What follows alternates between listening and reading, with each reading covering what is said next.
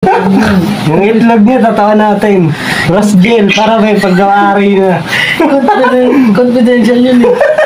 Nice day ngayong araw. Dahil may bumisita dito sa studio natin para magpatato. Hindi naman talaga tattoo yung pinunta niya dito. Pero kating-kati siya magpatato kaya humili siya ng pre-minimalist tattoo natin. Kaya let's go! Gawin na natin to para makamot na natin siya. Balutin muna natin yung mga kailangan natin balutin para masanitize natin ng maayos yung pagtatatuan natin. Ikulan na rin natin yung part na tatatuan natin. Ahitan na rin natin para wala na rin sa gabal na balahibo pag tinatatuan natin. Dikit na rin natin tong design na napili ng client natin. O, client natin siya ngayon kasi nga gusto niyang magpatato. Pero hindi talaga tattoo yung pinunta niya dito. Ewan ko ba talaga dito. Bigla na lang niya iisip na gusto magpatato. Kaya ready na natin tong ink. Black ink lang naman yung gagamitin natin dito. Maliit na ink cap nga lang din yung ginamit natin kasi maliit lang naman tong gagawin natin. Gagamit nga lang din tayo ng 3RL na needle. Dahil hindi naman natin kailangan na makapal na needle. Kaya let's go. Umpisa na natin to. Dahil nasa taas ng ulo natin yung camera, hindi nakikita yung paghagod natin ng karayom o yung pagpasok ng needle sa balat. Hindi ko na rin masyado napansin kasi nga lagay lang tayo ng stand para sa cellphone natin at para makapag-video tayo ng maayos. Pero hindi nangyari kasi nga nasa ulo natin nakatapat. Hindi na natin masyado napansin pero itutuloy na lang natin tong pagtatato natin. Ito nga ang ginagawa natin na tattoo ay perang may pakpak. Linya nga lang din to na manipis. Wala nga rin tong shadow. Dahil ginaya namin yung reference sa kinuha niyang design dun sa mga minimal tattoo natin. Dahil nga biglaan lang to, dun lang siya naganap ng design. Dahil wala naman talaga kaming usapan na magpapatato siya. Dahil nakita niya yung mga minimal tattoo natin, tumingin na lang din siya ng mga design doon. Dami-dami nga ring design na mga minimal doon. Ito nga rin yung napusuan niyang ipatato. Dahil tapos na yung ginawa natin, lilinisan na lang natin gamit ang foaming soap na antibacterial. Scrub nga lang din natin ng very light para makita na rin natin yung kinalabasan ng ginawa nating tattoo.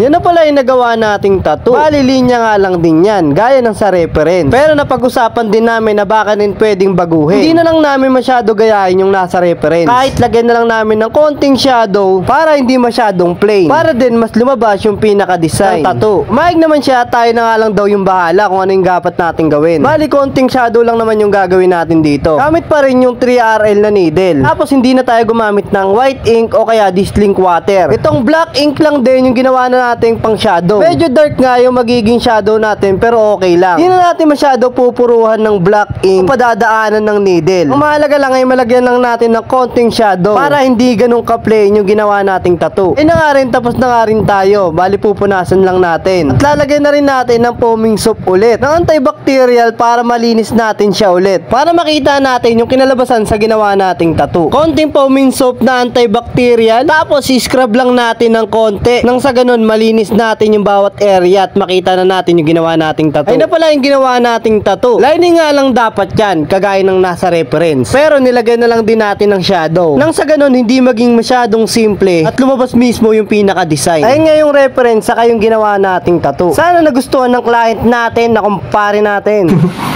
Gumagana ba? Dato nung unang oras umuwi. Hindi na uwi daw. Pre, gumagana nga ba mo? Gumagana yan. Yung itlog mo, tatawa natin. Yung itlog niya, tatawa natin. Rosgel, para may pagkawari na. Confidential yun eh.